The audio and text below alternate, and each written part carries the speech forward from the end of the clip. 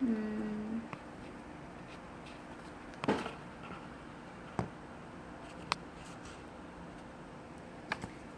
សូមជម្រាបសួរបងប្អូនទាំងអស់គ្នានៅក្នុងបណ្ដាញ Facebook ចាថ្ងៃនេះនាងខ្ញុំជុំធីតាបានមកជួបបងប្អូនម្ដងទៀតនៅក្នុងអត្ថបទស្ដីអំពីពលករខុសច្បាប់ចាដោយសារតែមានបងប្អូនយើងគាត់មានចម្ងល់ជាច្រើនអំពីបញ្ហាពលករខុសច្បាប់ដែលច្បាប់ថ្មីដែលគាត់បានដាក់មកដល់គាត់បានបង្កើតថ្មីថាពលករ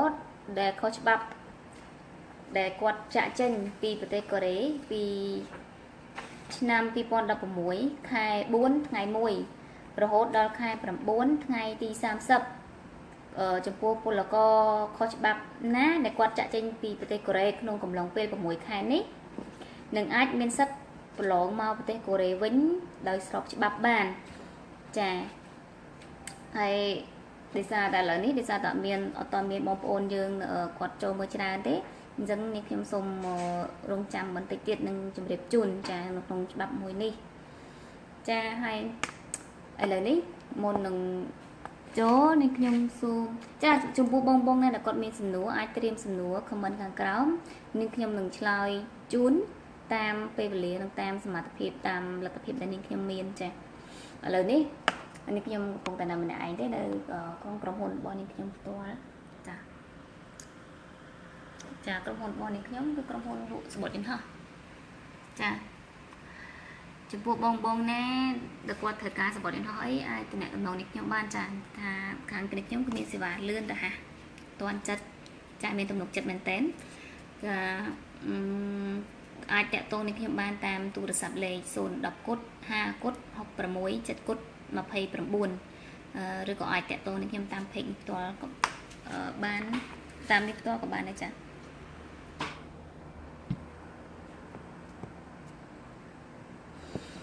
ចាស្មើនេះឥឡូវនេះមានចំនួនបងប្អូនយើងចំនួន56នាក់ឯងដែលគាត់ចូលមើលណាចាបន្តិចទៀតខ្ញុំនឹងឆ្លើយជូនជម្រាបជូននឹងយល់ដឹងទាំងអស់គ្នាអំពីច្បាប់មួយនេះណាចាអញ្ចឹងចំពោះបងណាដែលគាត់ចង់ដឹងពីបញ្ហាអ្នកខុសច្បាប់ឬក៏មួយទៀតគឺខ្ញុំលើកអំពីចំណុចថាតើពេលពលករគាត់ខុសច្បាប់គាត់ត្រូវធ្វើយ៉ាងម៉េចខ្លះមុននឹងពេលដែលគាត់ត្រូវត្រឡប់ទៅផ្ទះវិញហើយចំពោះពលករមួយទៀតដែលគាត់ខុសច្បាប់ដែរតែគាត់មានឯកសារត្រឡប់ទៅផ្ទះវិញតែគាត់ត្រូវធ្វើម៉េចចាហើយនឹងពាក់ព័ន្ធទៅនឹងមួយទៀតពាក់ព័ន្ធទៅអ្នកខុសច្បាប់បើសិនជាគាត់ត្រឡប់ទៅផ្ទះវិញចំនួនទៅដោយខ្លួនឯងចំនួន5ឆ្នាំក្រោយតើគាត់អាចត្រឡប់មកប្រទេសកូរ៉េវិញបានឬមួយក៏អត់អញ្ចឹងតិចទៀតយើងស្វែងយល់ទាំងអស់គ្នា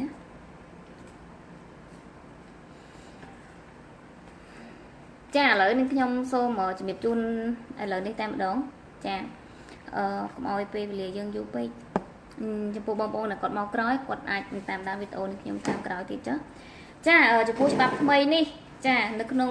ក្រសួងរបស់កូរ៉េគាត់បានចេញពិតប្រាកដមែនច្បាប់នេះគឺគាត់បានចេញមកថាចានេះគឺជាច្បាប់ដែលគាត់ចេញមកចាក្នុងនេះគាត់បាននិយាយថាពលករគ្រប់ពលករទាំងអស់ដែលចាក់ចេញពីប្រទេសកូរ៉េដោយខ្លួនឯងចាប់ពីខែ4ថ្ងៃទី1ចានេះចាខែ4ថ្ងៃទី1រហូតដល់ខែ9ថ្ងៃទី30ចាចំណុចនេះក្រសួងកូរ៉េនៅក្នុងនោះគាត់បាននិយាយថាចំពោះពលករដែលគាត់ចេញទៅដោយខ្លួនឯងអាចនឹងប្រឡងមកប្រទេសកូរ៉េអាចប្រឡងមកប្រទេសកូរ៉េវិញបានដោយស្របច្បាប់ចាក៏ប៉ុន្តែបើសិនជាយើងសង្កេតមើលឲ្យបានច្បាស់នៅក្នុងច្បាប់មួយនេះមានបងប្អូនមួយចំនួនគាត់សួរមកខ្ញុំថាតើពេលដែលយើងចេញទៅតើយើងត្រូវធ្វើបែបបត់របៀបម៉េចតើយើងត្រូវធ្វើបែបបត់មួយណាដែលអាចកត់សម្គាល់បានថាចំពោះពលករខុសច្បាប់តែអាចមកវិញដោយមិនមានបញ្ហាអីចាច្បាប់នេះគឺចេញមែនក៏ប៉ុន្តែអត់មានកន្លែងណាដែលកត់សម្គាល់មកថាអូអ្នកខុសច្បាប់ទៅហើយដឹងថាគាត់បានមកវិញទេព្រោះថាច្បាប់មួយនេះគាត់ទៅគឺគាត់ប្រឡងដូចជាពលករធម្មតាមកអញ្ចឹងគ្រប់បែបបត់ដែលគាត់ប្រឡងមកវិញគឺដូចជាពលករធម្មតាលុះត្រាតែមានថកែថ្មីដែលអាចជ្រើសរើសយកគាត់ដាក់កិច្ចសន្យាជាមួយគាត់ហើយទើបគាត់អាចត្រឡប់ចូលក្នុងប្រទេសកូរ៉េនេះបានចា mình ta bông ôn tổng thêm hai trận đơn hay thà rồi pulako bọt từ pulako từng á về đại thực cai quạt ở rừng dương nhiều má cứ quạt miền chẳngประวัติbao dương mà lọp tới bạp được lọp coi bạp ấy cứ quạt ạch đắng quạt mơ khơi từng á chẳng bà sân gì thom bà đá thực cai còn mình đã còn rừng dương nè coi bạp máu ấy bị trái quạt rừng dương nè tới bạp máu ấy chẳng bạp mươi ní nhưng nhung trên clip này ní cứ mình miền nón tha trong bạ đầm nà rồi bong này quạt trong lọp tới vinh rồi cái trong chùm run ai bong đặt quạt coi bạp nắng trơ tại lọp tới tia vinh cứ mình thì còn tại trong phần vô lần pi bạp mùi ní ở vô từng óc ní rồi tha quạt nè là quạt sơ vô quạt tay cái xuân nên nhung chả ăn pi nên nhung để tha chỉ lòi tên tài lắm á chẳng vô xoay vô bạp mùi ní chẳng bạp mùi ní cứ ở xoay từ lơ bong từng óc ní vì mình chạy để luôn ai bạp cứ quạt trên mà mền có vấn tái ca sầm là chất cứ lơ bong từng óc ní chả rồi tha tự nhung gì tài hay được không nít là mình làm ất để mình chạy bông khó bạp nữa nghe để quạt từ vì khai buồn đâu khai buồn nữa không nít có mình làm ất xe như khả vì nắng tê có tham bảo san chỉ qua là mình làm ất bẩn thém xông chạy từ lấy muối bay buôn pram chả bảo san những bông này là quạt mình chừng ngói quạt ai chạy từ lấy thì bẩn thém quạt nắng ai đăng thì bạc này bẩn thém bàn còn bẩn tái còn thà mình không ai bọc hè cái lại nít tam em đắng bà mình chẳng thế nhưng ai chạy từ khang cái xuông con tàu về tới cái lạnh cái xuông con tàu về tàu á chả vận tải còn thay cái xuông con tàu về tới đăng ký trả phải chả hay mới tiết trong sông nhiều pi bom pro các bạn nào xong thật chụp bom pro này con khó chụp bắp ta còn âm lên passport ấy chẳng được có passport có cầm nọt chẳng ta quạtตลอดទឹកខ្មែរដែររបៀបណាចាទី1ចំពោះបងប្អូនដែលគាត់ខុសច្បាប់ត្រូវការឯកសារទី1គឺលិខិតឆ្លងដែនបើសិនជាលិខិតឆ្លងដែនគាត់ផុតកំណត់គឺគាត់ត្រូវអញ្ជើញទៅខាងស្ថានទូតដើម្បីស្នើសុំធ្វើលិខិតបើកផ្លូវជំនួសប៉ាសពតដើម្បីទៅខ្មែរចាទី2គ្រាន់តែទិញសំបុត្រយន្តហោះគឺជាការស្ដេចចាមានតែពីរមុខគឺប៉ាសពតហើយនឹងសំបុត្រយន្តហោះហើយនៅថ្ងៃដែលយើងត្រឡប់ទៅខ្មែរនៅពលានហោះគឺយើងត្រូវទៅរីកានៅឯក្រសួងអន្តរប្រវេសន៍ចាមិនថាពេលណារាល់គ្រប់ពលករខុសច្បាប់ទាំងអស់ដែលត្រូវត្រឡប់ទៅមាតុភូមិវិញគឺត្រូវរីកាប្រាប់ក្រសួងអន្តរប្រវេសន៍នៅឯពលានហោះនៅជាន់ទី3ចាជាន់ទី3គឺនៅម្ដុំអសរជីចានៅ counter អសរជីនៅទីនោះគឺមានក្រសួងអន្តរប្រវេសន៍ចាពេលទៅដល់យើងនឹងអំពេញឯកសាររីកាឲ្យខាងក្រសួងអន្តរប្រវេសន៍គឺយើងត្រូវដឹងត្រូវដឹងទី1អាស័យដ្ឋានយើងរស់នៅរាល់ថ្ងៃទី2លេខ ID card ទី3នៅពេលវេលាដែលយើងមកប្រទេសកូរ៉េនៅពេលណាហើយនឹងបំពេញឈ្មោះហើយនឹងសញ្ញេចាចំណុចនេះយើងត្រូវដឹងព្រោះថាមានបងប្អូនមួយចំនួនគាត់អត់ចេះគាត់ដឹងថាកន្លែងហ្នឹងត្រូវបំពេញមកទេនិយាយថាបុគ្គលិកនៅក្រសួងអន្តរប្រវេសន៍និយាយទៅគឺឆ្លើយ9ពេលទៅដល់គឺគាត់ឲ្យតែกระดาษហ្នឹងមួយឲ្យបំពេញហើយគ្នាអ្នកដែលគាត់និយាយរួមទៅក៏អត់គ្រប់ពីអ្នកគាត់ច្បាប់អញ្ចឹងយើងត្រូវពេញខ្លួនឯងអញ្ចឹងយើងត្រូវដឹងហើយចំណុចណាយើងសួរគេព្រោះថាម្នាក់ខ្លះក៏អត់ចេះភាសាកូរ៉េសុទ្ធអញ្ចឹងទៅដល់មានការលំបាកខ្លាំងអញ្ចឹងបងប្អូនត្រូវចាំដូចខ្ញុំនិយាយមិញអញ្ចឹងត្រូវចាំទុកហើយទៅដល់នោះគឺពេញខ្លួនឯងទៅកន្លែងពេលយើងមកដល់ប្រទេសកូរ៉េពេលណាលេខ ID ហើយនិងអាស័យដ្ឋានត្រូវចាំមិនថាមិនតិចខ្លាចគេទៅតិចអាស័យដ្ឋានហ្នឹងហើយគាត់ខលទៅកែទៅមិនទៅគឺអត់ទេកន្លែងហ្នឹងគឺតម្រូវឲ្យយើងបំពេញតែម្ដងក្នុងគេចង់ដឹងថាតើក្នុងកន្លងពេលដែលយើងខុសច្បាប់ហ្នឹងគឺយើងរស់នៅកន្លែងណាអញ្ចឹងត្រូវមានឲ្យគេបើមិនអញ្ចឹងទេគឺគាត់អត់បោះត្រាឲ្យយើងទេអាក្រារីកាហ្នឹងព្រោះថាអាក្រារីកាហ្នឹងតើបានត្រាពីគាត់ឬក៏ខាងគាត់ហ្នឹងបានវាយរបាយការណ៍ហើយទើបយើងអាចឆែកសវត្តត្រឡប់ទៅខ្មែរបានតែមិនអញ្ចឹងទេអត់បានទេគាត់អត់ខ្វល់ថាយើងបំពេញហើយមិនហើយទេបើសិនជាយើងបំពេញអត់ហើយយើងយូរយើងអាចខកជើងយន្តហោះយើងហ្នឹងមែនទេអញ្ចឹងពួកគាត់ហ្នឹងក៏អត់ខ្វល់ទេអញ្ចឹងសំខាន់បងប្អូនទាំងអស់គ្នាចេះនិយាយភាសាកូរ៉េខ្លះហើយនឹងចាំពីទីតាំងខ្លួនឯងរស់នៅហើយនឹងលេខ ID ចាហើយបន្តមកទៀតនាងខ្ញុំក៏សូមជម្រាបថាស្ថានទូតលេខស្ថានបងប្អូនអាចតាក់ទងទៅខាងស្ថានទូតបាននៅបញ្ហាដែលតាក់ទងនឹងប៉ាសពតដូចជាការបន្តប៉ាសពតការធ្វើលិខិតស្នើសុំបើកផ្លូវការបញ្ជូនកូនទៅខ្មែរឬក៏បញ្ហាតាក់ទងវីសាស្នើសុំមកដល់លេខដាក់អីហ្នឹងបងប្អូនទាំងអស់គ្នាគឺត្រូវតាក់ទងទៅខាងស្ថានទូតនាងខ្ញុំអត់អាចជម្រាបជូនបានទេព្រោះថាការងារទាំងអស់នេះគឺជាកិច្ចការងាររបស់ស្ថានទូតអញ្ចឹងនេះខ្ញុំសូមណែនាំនៅលេខទូរស័ព្ទទូត សូមកត់ទុកទាំងអស់គ្នាសម្រាប់ពលករនៅក្នុងប្រទេសកូរ៉េមិនថាពលករឬក៏ស្ត្រីរៀបការត្រូវដឹងលេខទូរស័ព្ទបើទូតលេខប៉ុន្មានចាសូមព្រោះថាលេខទូរស័ព្ទទូតដូចជាលេខផ្ទះរបស់យើងអញ្ចឹងបើសិនយើងអត់ដឹងថ្ងៃក្រោយមានការខលអត់មានលេខខលលើកទូតគឺវាពិបាកចាព្រោះថាលេខនេះយើងព្យាយាមខលទៅនឹងចូលទេព្រោះថាភាគច្រើនខលទៅមានពេលខ្លះគាត់រវល់អញ្ចឹងទៅគាត់បានលើកអញ្ចឹងណាអញ្ចឹងតើយើងព្យាយាមខលទៅបន្តិចចាលេខ02 37 85 10 41ចាហើយនៅលើកញ្ចក់វីដេអូនេះគឺមានដែរនៅខាងលើនេះខ្ញុំបានសរសេរហើយបើសិនជាតាក់ទងតាមលេខនេះអត់បានបងប្អូនបងប្អូនអាចតាក់ទងនឹងតាម page របស់ទូតដែលគាត់ទៅបង្កើតថ្មីគឺនៅលើកញ្ចក់នេះខ្ញុំបានសរសេរហ្នឹងអាចមើលតាមនឹងបានចាមានយើងអាច inbox ទៅគាត់ទៅគាត់នឹងអាចនឹងឆ្លើយតបមកយើងវិញបានហើយចាហើយមួយទៀតសម្រាប់ពលករខុសច្បាប់ដែលគាត់ទៅផុតមុនណាដែលគាត់ទៅថាគាត់ទៅខ្មែរហើយគាត់ទៅដោយខ្លួនឯងប៉ុន្តែគាត់ខុសច្បាប់ហ្នឹងយូរប្រហែលបាន5ឆ្នាំចាចំពោះច្បាប់កូរ៉េគាត់បានចែងមែនថាចំពោះពលករដែលគាត់ត្រឡប់ទៅមាតុភូមិវិញរយៈពេល5ឆ្នាំគាត់អាចប្រឡងមកវិញបានចាប៉ុន្តែភាពពិតចំពោះពលករដែលគាត់ខុសច្បាប់ពេលដែលគាត់ទៅដល់ស្រុកកំណើតវិញហើយប្រឡងមកវិញគឺជាប់ប្រយោជន៍ដៃនៅពលានហោះមានតែចាក់បញ្ជូនទៅវិញគឺអត់មានថាអាចចូលមកស្របច្បាប់ហ្នឹងគឺវាអត់ទាន់មានទេគឺមានតែច្បាប់អញ្ចឹងការអនុវត្តផ្ទាល់គឺអត់ទាន់មាននេះអញ្ចឹងបងប្អូនទាំងអស់គ្នាធ្វើយ៉ាងណាកុំឲ្យខ្លួន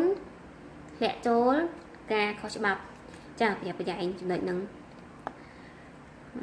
ហើយមួយទៀតនេះខ្ញុំសូមណែនាំនិយាយទៅខ្ញុំណែនាំចំពោះពលករដែលគាត់មកដំបូងនៅក្នុងប្រទេសកូរ៉េគាត់អត់សូវច្បាស់ច្បាប់ហើយជួនកាលគាត់ចេះតែឮតាមពាក្យរបស់មិត្តភ័ក្តិអស់ទាញណា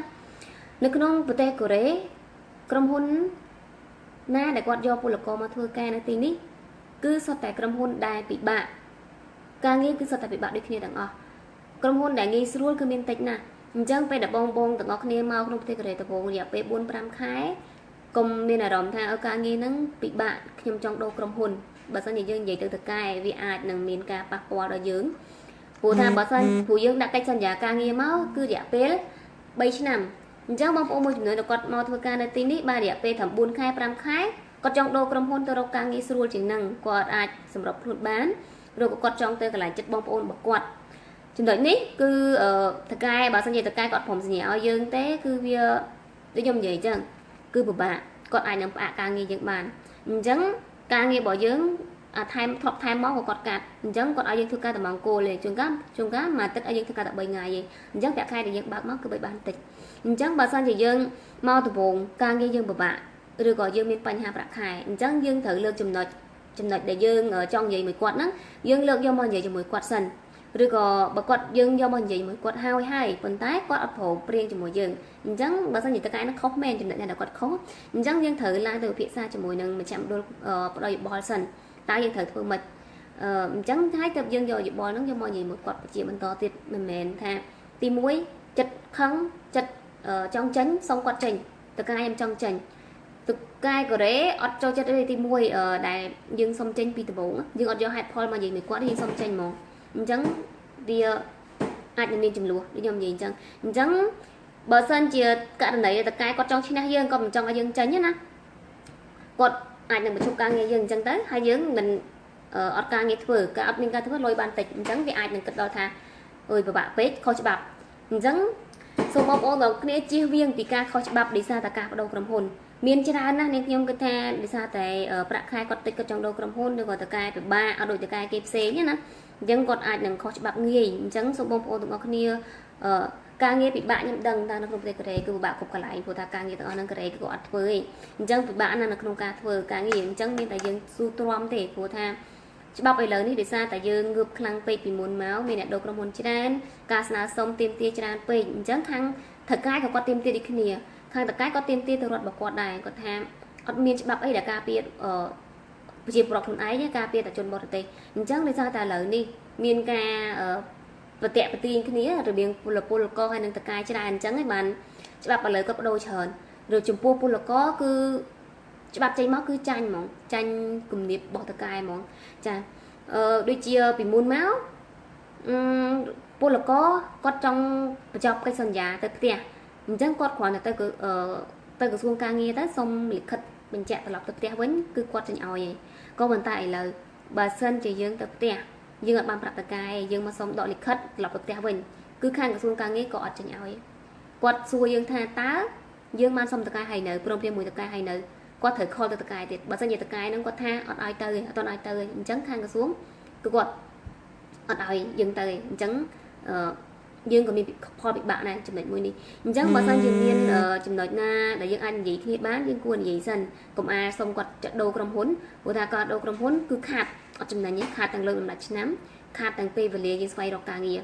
trắng hay mùi tiết gặp đồ cầm hốn bà sân ba đồ ba đồ hay cứ từ lọ bay lực khỏi càng nghe từ nút cứ trong đồ tiết này trắng bà sân chỉ ai xoay vô lại cho bạc bị cái này nắng hái chậm dương xong đồ tham bị bạc kháng á phụ tha đời xa trên năm ní miền pol co dương mau không tây của đấy cái trái nó chừng nuốn chiêng của buồn quan nè ca pol lóng rồi có ca pol lóng thì buồn lứa phòng đòn hộ đôi chết đòn mà mờn nè vần tay đời xa ấy ban chơi cây do pol co không ai dương mà trái đời xa tại cây chia pol Việt Nam để quạt châu mau tây của đấy cứ pi trên năm mày chẳng cứ quạt do tây không ai mà chởn chẳng bóng ôn môi chừng nuốn quạt ớt cất đấy cả tham và sao như vào bãi nhá quạt tơ không ai với nhá quạt pol lóng mà với nhá ba này tay còn plei tha chương trình của đấy quạt đừng do chương trình Việt Nam mà bình nơi ngày nào mùi mà nhiều nhưng khi mà đơn thật ngày nay là quạt dầu màu bàn tay đừng dầu màu mà bình rằng tay này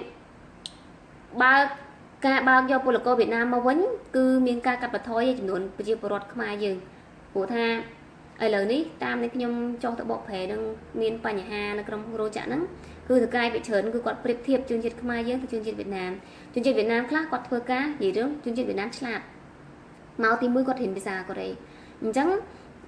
bom ôn chương trình Việt Nam quạt trên gì pizza của đấy chỉ là bom ôn không ai dừng về là thua cá không mà đang của đấy cứ quạt trâu chất nhẹ để quạt trên pizza của đấy cho bạc chiên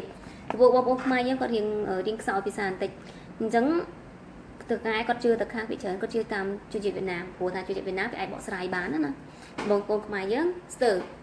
chẳng bờ sân chỉ năm cày kia vô chương trình Việt Nam mà chỉ ra em chương trình không ai nhớ chẳng bom ôn để cày để quạt thử cho mau với nhé cứ quạt ai ban mà với nhé ai ban mà với cứ ban tịch chủng luôn tịch chứ nè chẳng bà sao nhiều bông này là quạt ban mà hai được không tiêu này không prang prang thua ca gì còn oi khó bạp phổ ta bà sao nhiều khó bạp hay đầm lại có châu làm tập hiệp là châu mà thung nông tiêu này bên của việt tịch hay khó bạp là lớn đi thua ca xoay đâu ca nghe cứ bị bạ đâu ca nghe nè của khang của đấy cái của đấy bà sao chỉ chạp bán cứ quạt thử bông pôn thay hay ca nghĩa tập pet có bán có bị bạ tập pet hay chấm pô từ từ kia ca pra từ kia có bị bạ này gì luôn tới bà xin chỉ có bắp cứ của bạn mà chọc mỏng mà cặp play mỏng cứ của bạn chẳng sọc chật dương bây giờ dương ban nó tới bắp hai chỉ diêm to su thua ca cầm oi khó bắp chả những khi một trò bông ôn những khó bắp này tên đi trà này phổ thà khơi bị bạ nực cá rồi nực nông tên đi chả hai nước em ca này nó bọn nước em của mình tập vấn hình chẳng ở trong bộ bông ôn này quạt ở thời ca kho bọc hệ pizza ấy ai kho tờ lệ ban tháng lớn cứ lệ muối pram pan so chết muối sầm đạp ca đòi bậc sáng ai kho tờ lệ đi ban hay tháng lớn có miền lệ Samsung hay chế đây những bộ bông này là con miền chừng ngọt khang pram này năm ấy trái lớn nên khi em mưa comment bằng tích trên bộ comment là còn trịnh máu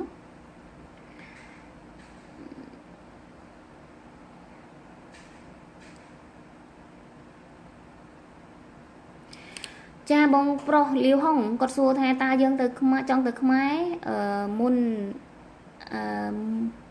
muôn khai muôi rồi khai pi bàn ọt cha vậy tới dân trong tới khai na các bạn nó sẽ từ dân chụp này có bắp vào phần tay của ta chụp buôn này là có trên ở khai buôn rồi khai muối nắng ca có là cái nào có tới cứ đôi cái nè cứ thử tập đi cà phép cái đôi cái nè hay bắp đấy nên gì luôn tới ca ban mau vinh nắng nhưng trong còn mình ai chuẩn bị chun bán ấy thầy ban mau vinh và quạt ọt đó quạt khoản là quạt tha quạt tranh ao mến mình đấy là tập hiệp để dương ban mau vinh nắng cứ việc tiệp phốt đó nè chẳng dương picha là nạt luôn ai một là dương tơ được có tha trong nới được còn mình tơ là cứ thời ca picha là nạt được luôn ai nhé ổn nắng bông ai chuẩn bị chun bán này thao ổn thời tơ khai muối khai pi ban ọt đó nắng á nắng bông ai chuẩn bị chun bán tê cha hai khang khổng và tốt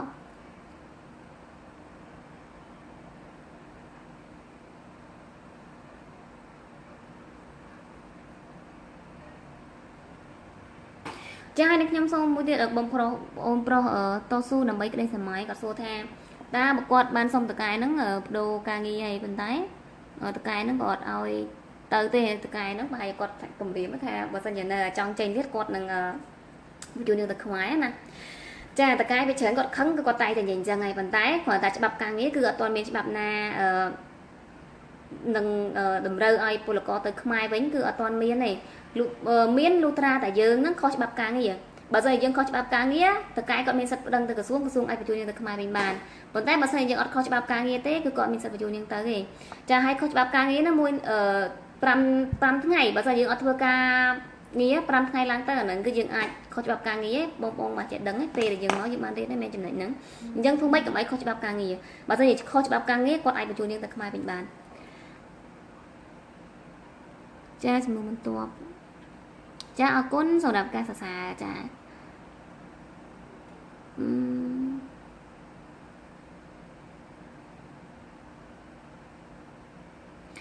បងអូនប្រុសបើចន្ទថាគាត់សួរថាបងលុយថ្លៃសបត់យន្តហោះ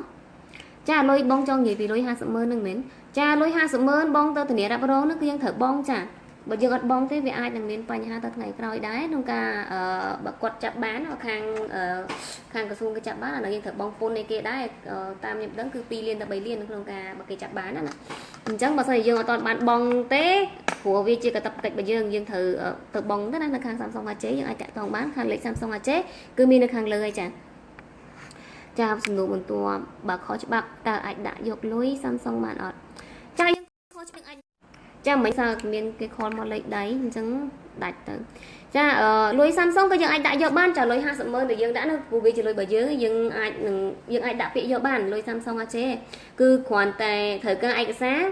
ID card passport ហើយនឹងកុងធនាគារដែលមានឈ្មោះយើងហើយនឹងលិខិតដាក់សុំយកប្រាក់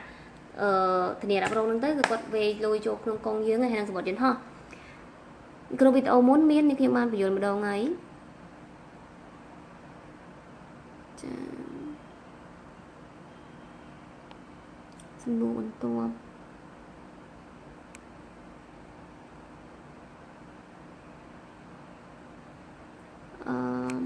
ចាសំទោស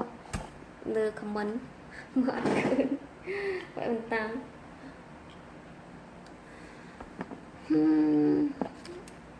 អូនប្រុសក៏សួរថាបើខុសច្បាប់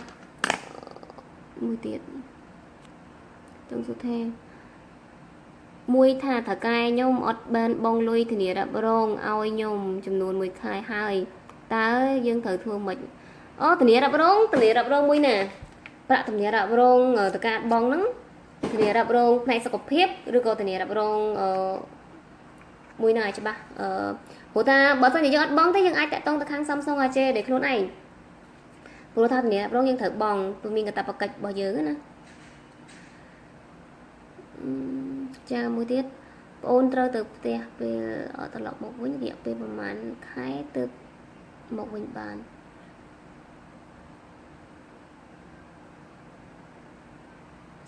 ចាបង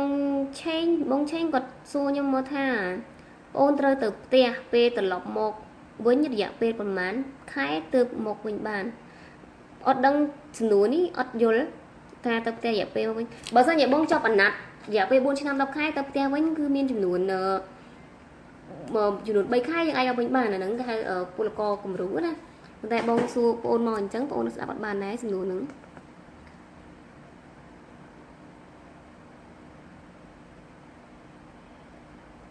ចាបងអូនយល់ថាអត់មានអ្នកណាដែលគាត់ចង់ខុសច្បាប់ទេប៉ុន្តែបើសិនជាអាចយើងអាចរកបញ្ហាដំណោះស្រាយដែលយើងអាចដោះស្រាយណាថាព្រោះមានបងប្អូនខ្លះមួយចំនួនគាត់យល់ខុសគាត់អត់សូវដឹងច្បាប់អញ្ចឹងជួនកាលខុសច្បាប់ដោយភាពសោកស្ដាយអញ្ចឹងបងអូនថ្ងៃនេះខ្ញុំនិយាយហ្នឹងគ្រាន់ឲ្យគាត់ពិចារណាមុននឹងគាត់ខុសច្បាប់សូមគាត់ពិចារណាបានច្រើនសិនណាព្រោះថាការខុសច្បាប់នៅទីនេះគឺវាមិនស្រួលទេគឺវាមានភាពពិបាកអញ្ចឹងហើយបានបងអូនចេះតែបញ្យល់ពីចំណុចហ្នឹងចាអរគុណច្រើនសម្រាប់ការសរសើរខ្ញុំចាសំណួរខាងក្រោមខ្ញុំក៏ច្បាប់អាចដកលុយមួយឆ្នាំបានអត់ចាចំពោះបងខុសច្បាប់គាត់សួរថាអាចដកលុយមួយឆ្នាំបានអត់ចាអ្នកខុសច្បាប់គាត់អាចត្រូវទៅ Samsung AJ សម្រាប់ត្រូវវាយ ID គាត់មើលសិនថាតើនៅក្នុង Samsung AJ ហ្នឹងលុយមួយឆ្នាំរបស់គាត់នៅសល់អត់ចាហើយបើសិនជានៅមានយើងអាចរៀបចំឯកសារដាក់យកបានចំពោះលុយមួយឆ្នាំដែលយើងនៅមាននៅក្នុង Samsung ណាចាហើយជំសំណួរខាងក្រោម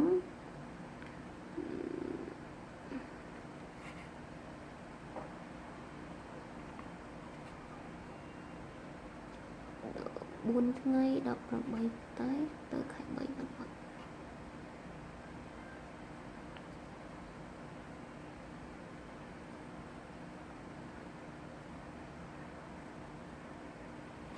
ចាបងប្រុសមួយបងប្រុសគាត់បានសួរថាតើតកែគាត់ឲ្យគាត់ទៅធ្វើការកន្លែងផ្សេងតើខុសឬមួយក៏អត់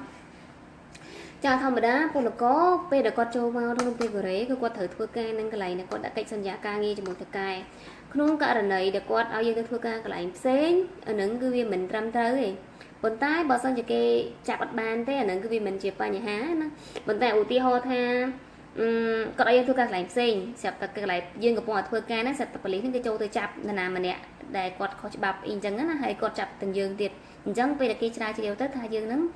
ធ្វើការខុសកន្លែងអញ្ចឹងអានឹងពេលហ្នឹងគឺយើងជាប់ហើយប៉ុន្តែបើសិនជាគេចាប់អត់បានទេវាមិនជាបញ្ហាប៉ុន្តែបើសិនជាគេចាប់បានអានឹងគឺវាជាលក្ខណៈខុសមួយដែរណាអញ្ចឹង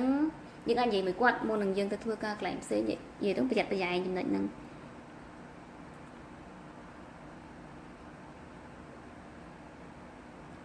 អរគុណច្រើនបានសរសើរចាមួយទៀត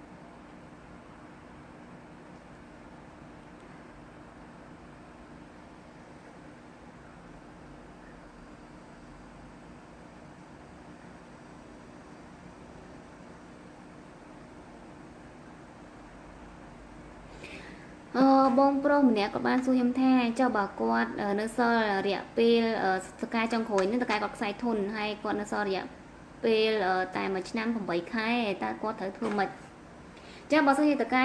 ចុងក្រោយគាត់ខ្សែធននៅសល់រយៈពេលប៉ុណ្ណឹងគឺយើងត្រូវទៅដាក់ពាក្យស្វែងរកការងារនៅក្នុងក្រសួងការងារណាបើសិនជាយើងស្វែងរកក្រុមហ៊ុនបាននោះយើងអាចធ្វើការងារបន្តទៀតបានក៏ប៉ុន្តែបើសិនជាយើងអស់តកែឬក៏រយៈពេលខ្លីដែលយើងស្វែងរកការងារបាននោះគឺយើងត្រូវត្រឡប់ទៅផ្ទះវិញហើយប៉ុន្តែបើសិនជាយើងនៅសល់តកែយើងនៅសល់ពេលវេលាយើងអាចរកការងារធ្វើបានរយៈពេល3ខែគឺការស្វែងរកការងាររបស់យើងចាតែមានបងយើងគាត់ខលមកដាច់ទៅ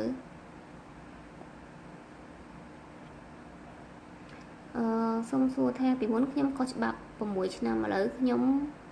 មកកូរ៉េវិញត្រូវច្បាប់បាន3ឆ្នាំចង់ទៅលេងខ្មែរតើបានអត់សំណួរមួយនេះគាត់សួរថាគាត់